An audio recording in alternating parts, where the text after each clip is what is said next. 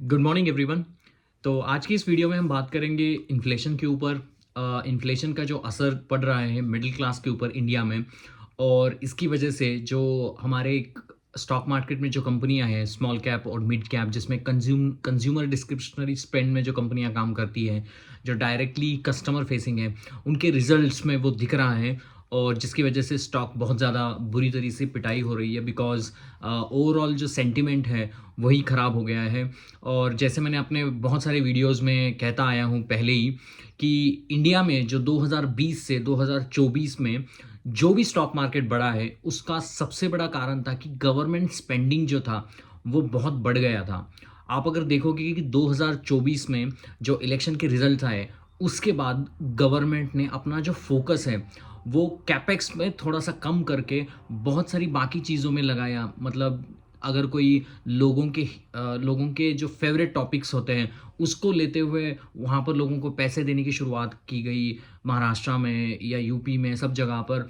तो लोगों को जितना हेल्प किया जाए इन टर्म्स ऑफ गिविंग मनी, तो उसके ऊपर फोकस आ गया। गवर्नमेंट स्पेंडिंग्स के ऊपर थोड़ा सा कैपेक्स कम हुआ है, ये हमने अपने फाइनेंशियल बजट में भी देखा था। तो इसकी वजह से इंडिया में जो मिडिल क्लास है, ये जो सेमी अर्बन क्लास में जो लोग रहते हैं जिनकी सैलरीज कम है, वहाँ पर बहुत बड़ा इम्पैक्ट दिख रहा है, क्योंकि कंज्यूमर जो है वो बहुत ही बड़े पेन से गुजर रहा है। हम बात करते हैं इन्फ्लेशन के। कल रिजल्ट आए सीपीआई इन्फ्लेशन के, रिटेल इन्फ्लेशन के, और फूड इन्फ्लेशन के।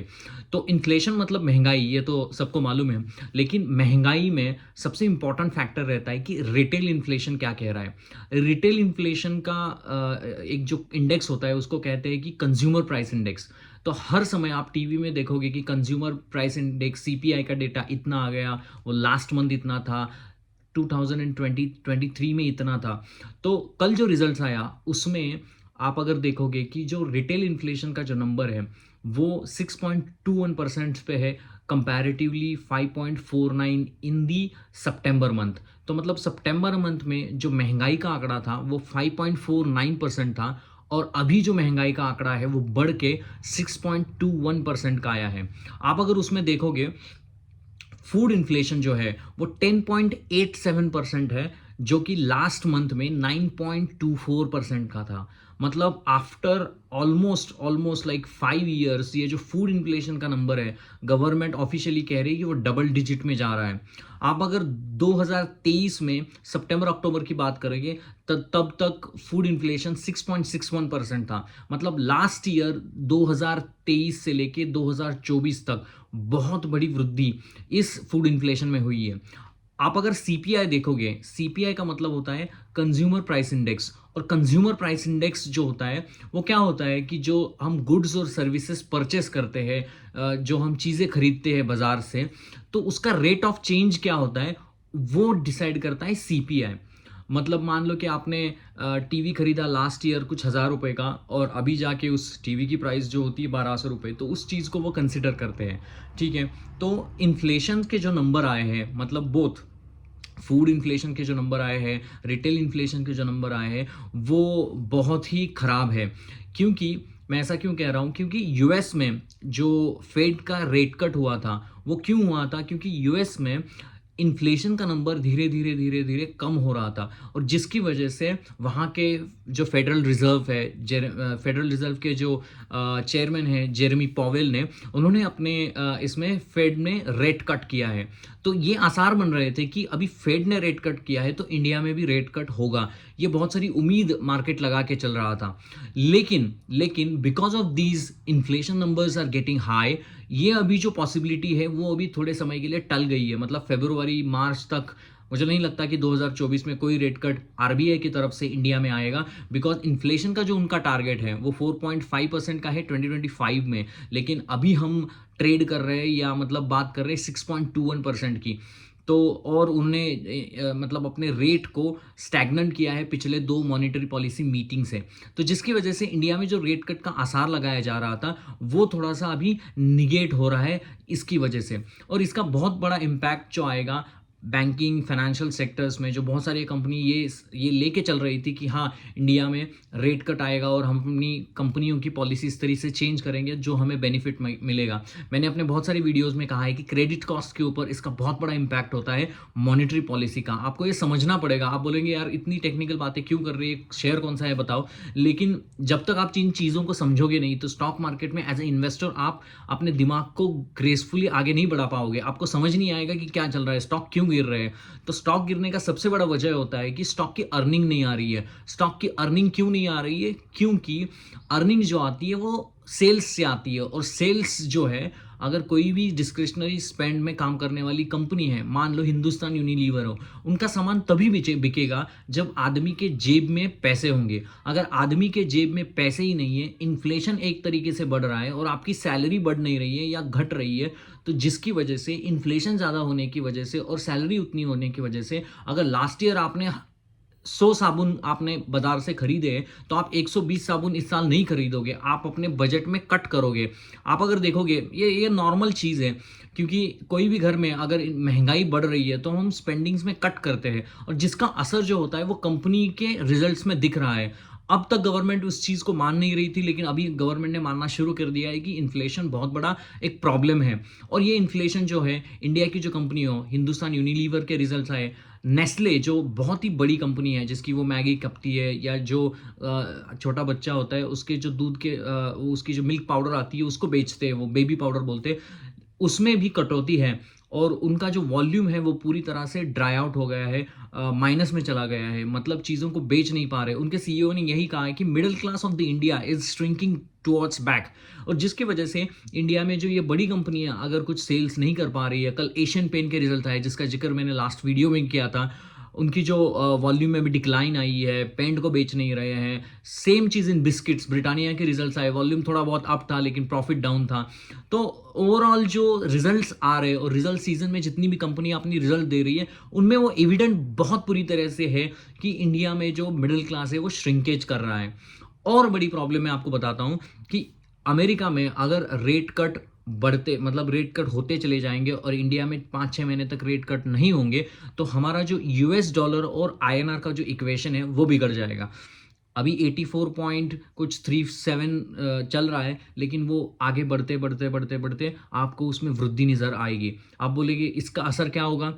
तो इंडिया में दो चीज़ें होती है, कुछ कंपनियां जो होती है वो इंडिया के आउटसाइड अपना चीज़ को बेचती है, जैसे सॉफ्टवेयर कंपनियां हैं वो एक्सपोर्ट करती है आउटसाइड ऑफ इंडिया, और उनका जो रेवेन्यू आता है वो यूएस डॉलर में आता है। तो इसकी वजह से ये यूएस डॉलर में जो रेवेन्यू बाहर से हमें आता है, मतलब उस कंपनियों में आता है, उसके ऊपर इम्पैक्ट पड़ेगा इस आईएनआर और यूएस डॉलर के सेंटिमेंट्स का। और जितनी भी हमारी जो हम इंपोर्ट करते हैं उसके ऊपर भी इसका असर पड़ता है, क्योंकि डॉलर और ये अगर कांस्टेंट नहीं है तो ऐसा माना जा रहा है कि मतलब 10% से तो यूएस डॉलर स्ट्रांग ही होता रहता है हर साल हर साल। तो वी डोंट नो कि समटाइम्स वो कभी 100 पे भी चला जाए। तो this is not good for our economy, because India as a country we are a trade deficit country. मतलब हम ज़्यादा एक्सपोर्ट नहीं करते, हम ज़्यादा इंपोर्ट करते हैं, मतलब हमारा इंपोर्ट ज़्यादा है और एक्सपोर्ट कम है, जिसकी वजह से हमारा इंपोर्ट जो है, इंपोर्ट हमारा ज़्यादा होने की वजह से हम डिपेंडेंट है, और वो जो पैसा जाता है वो यूएस डॉलर में जाता है, तो आपको ज़्यादा पैसा आईएनआर का देना पड़ेगा कन्वर्ट करके यूएस डॉलर में, और जिसकी वजह से इसका बहुत बुरा असर इस हमारे मार्केट सेंटिमेंट्स में पड़ता है। तो ये ख़राब बात है। और यूएस में अभी जो डोनाल्ड ट्रंप आए हैं उनकी वजह से भी यूएस में ये जो आपने उनके स्टेटमेंट देखे होंगे ट्विटर पे या सब जगह पर, they are only focusing on US, they don't care what's happening in Ukraine, what's happening in Israel और what's happening in India, they are only focusing on the US. तो इसकी वजह से क्या हो रहा है, यूएस डॉलर जो है वो अप्रिशिएट करेगा, क्योंकि डोनाल्ड ट्रंप का जो फोकस है अपनी कैसी करेंसी को आगे बढ़ाया जाए, अपने देश को कैसे आगे बढ़ाए, which is a very good thing. It's not a bad thing for the American citizen, but for us US dollar will appreciate, हमारा जो रुपये है वो डिप्रिशिएट करेगा, तो स्टॉक मार्केट में प्रॉब्लम आएगी, क्योंकि ये सारी चीज़ें जो है इकोनॉमी की पहिए है और वो लिंक करते हैं। कल आपने देखा कि यूरोप का मार्केट बहुत बुरी तरह के तरीके से इम्पैक्ट किया। वो क्यों किया? जिसकी वजह से, क्योंकि जर्मनी का जो उनकी जो करेंसी है वो डिफ्लेट कर गई अगेंस्ट द डॉलर, और जिसका असर जो है वो वहाँ के मार्केट में पड़ा है। अगर आपको ये वीडियोस पसंद आते हैं, ऐसे इकोनॉमी रिलेटेड वीडियोस पसंद आते हैं, तो प्लीज़ वीडियो को लाइक करना, शेयर करना और सब्सक्राइब करना और कमेंट भी करना। अगर आपके कोई सुझाव है तो I will be happy to help them out in terms of stock as well. तो वापस आते हैं, और अमेरिका में अभी आप देखोगे कि डोनाल्ड ट्रंप ने इलॉन मस्क और विवेक रामास्वामी को अपने डॉज ये करके जो नया डिपार्टमेंट उन्होंने खोला है, डिपार्टमेंट ऑफ गवर्नमेंट इफिशिएंसी, उसका हेड बनाया है। उन्होंने कहा है जितनी भी गवर्नमेंट स्पेंडिंग है वहाँ पर आप कट करो और एक इफ़िशिएंट गवर्नमेंट चीज़ को बनाओ। तो जैसे मैंने एक वीडियो बनाया था टेस्ला के ऊपर, उसकी लिंक मैं अपने वीडियोस में डालता हूँ, आप उसको ज़रूर देखिए। मैंने टेस्ला का जब वीडियो बनाया था तो Tesla around trading around 160 170 level, और वहाँ से स्टॉक लगभग डबल हो गया है। तो यही चीज़ होती है स्टॉक मार्केट में। अगर बुरा समय किसी भी कंपनी का आता है तो आपको इन्वेस्ट करना चाहिए, आपको समझना चाहिए कि ये जो भाव है वो अगले साल में होगा क्या। 3 months down the line, Donald Trump won the election, and Elon Musk, who has, the big supporter of Trump, is now getting benefited. Now he is the part of the government, and आगे जाते हुए भी Tesla और ये सारी कंपनियां जो अच्छी करते रहेंगी, because there will be a government efficiency. So Elon Musk in a kind of Adani of the Indian market over there. So he put a bait, and that bait is giving him the rewards as well. तो America में जो चीज़ हो रही है उसका impact भी हमारे यहाँ पर पड़ता है, और यूएस डॉलर और आईएनआर का भी इम्पैक्ट पड़ता है. दूसरी बात आते हैं, वापस आते हैं हमारे इन्फ्लेशन के पॉइंट के ऊपर. 16 वायनाड के नंबर आए और वॉल्यूम डाउन था 8% पे, और वहाँ पर आप देखोगे रेवेन्यू जो था 1.1% से डिक्लाइन किया है. प्रॉफिट में नॉच है. ईबिटा परसेंटेज 24.1% पे आया है, जो नॉर्मली 34% पे रहता था. प्रॉफिट में डिक्लाइन है 37% की. और उनका जो ब्रांड है सूला का, जो उनका खुद का ब्रांड है शिराज करके, उनसे वो जो 90% रेवेन्यू आता था, तो वहाँ पर भी बुरी हालत है, वो ब्रांड बिक नहीं रहे हैं. तो और उन्होंने अपने कॉन कॉल में मैनेजमेंट ने यही कहा है कि टेपर्ड डिमांड और लेस डिस्क्रिशनरी स्पेंडिंग की वजह से मार्केट में बुरा असर वहाँ पर हो रहा है. और सुला जैसी कंपनी जो बहुत सारे रिटेलर्स के अपने पोर्टफोलियो में है, now they are facing the problems. Stock down था कुछ 6%, तो यही उसमें हो रहा है. कल ब्रिटानिया के नंबर आए थे, वॉल्यूम 8% अप थे, लेकिन प्रॉफिट डाउन था 30-40% कुछ. तो लोगों को आप देखो कि वाइन बिक नहीं रही है, आप बिस्किट्स हो, HUL के प्रोडक्ट्स हो, वहाँ पर प्रॉब्लम है. सीमेंट बिक नहीं रहा है. सीमेंट हमारे इकोनॉमी का बहुत बड़ा हिस्सा होता है, क्योंकि अगर जीडीपी जो है, गवर्नमेंट आरबीआई बोलती है कि 7% से 7.2% से ग्रो हो रही है, तो cement has to be perform well. अगर आप अल्ट्राटेक के नंबर देखोगे तो वॉल्यूम में डिक्लाइन है, डोमेस्टिक वॉल्यूम में. हालांकि एक्सपोर्ट में थोड़ी वृद्धि है, लेकिन डोमेस्टिक वॉल्यूम में डिक्लाइन है. तो सीमेंट बिक नहीं रहा है, बिस्किट बिक नहीं रहे हैं, हमारे जो कंज्यूमरी डिस्क्रिशनरी स्पेंड है वहाँ पर बिक नहीं रहे हैं. कल आदित्य विजन करके कंपनी है जो ये इलेक्ट्रॉनिक सामान बेचती है, उसके रिजल्ट्स आए. 40% से ग्रोथ करती थी company, now the yesterday result showing is 20% growth. So overall the scenario और द परचेसिंग पावर, इन्फ्लेशन ये एक नज़रिया आपको देता है कि purchasing power of a common man staying in India, वो ऊपर जा रहा है या नीचे जा रहा है. वो इंडिकेट्स करता है कि इन्फ्लेशन बढ़ रहा है, मतलब उसकी जो परचेसिंग पावर पैरिटी है वो कम हो रही है, मतलब लोगों के पास पैसा हो नहीं रहा है.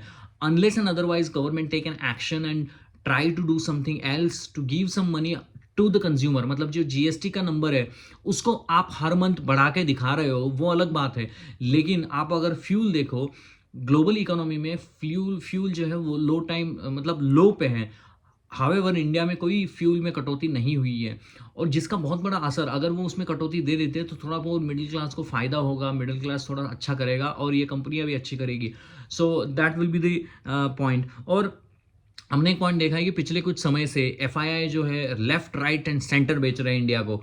तो एफआईआई वहाँ से निकल रहे हैं, क्योंकि एफआईआई को कंपलसर नहीं है कि वो इंडिया में इन्वेस्ट करे. उनको कोई अच्छा मार्केट दिखना है, फॉर एग्जांपल चाइना, तो वो वहाँ जाएंगे. उनको कोई मतलब नहीं है कि आपकी कंट्री कितनी अच्छी है, आपके कंट्री से आप प्यार करते हो. वो उनको प्यार है सिर्फ अपने पैसे से और अपने रिटर्न से. जहाँ उनको रिजल्ट मिलेगा, रिटर्न मिलेगा, वहाँ पर वो जाएंगे, वहाँ पर पैसे कमाएंगे. They don't have any compulsion. तो 1.75 लाख करोड़ की कुछ तो सेलिंग की है पिछले 6-7 महीनों में उन्होंने, और आगे भी कंटिन्यू है. डोमेस्टिक जो लोग हैं अपनी SIP कर रहे हैं और बिलीव कर रहे हैं कि करोड़ों रुपए वो वहाँ से कमाएंगे. तो यही सिलसिला चलता जा रहा है. म्यूचुअल फंड जो रिटेलर्स को बेचे चले जा रहे हैं कि भाई तुम SIP करो, तुम अमीर बन जाओगे. तो all this kind of scrap is there. आपको ये देखना है कि आपको किस तरीके से इन्वेस्टर बनना है.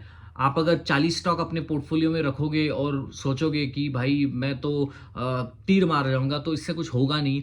आपको कॉन्सन्ट्रेटेड पोर्टफोलियो रखना होगा, अर्निंग्स के स्टॉक अपने पोर्टफोलियो में रखने होंगे, तभी जाके आपकी जो ग्रोथ है या आपका जो परसेंटेज ऑफ द रिटर्न है वो अच्छा होगा।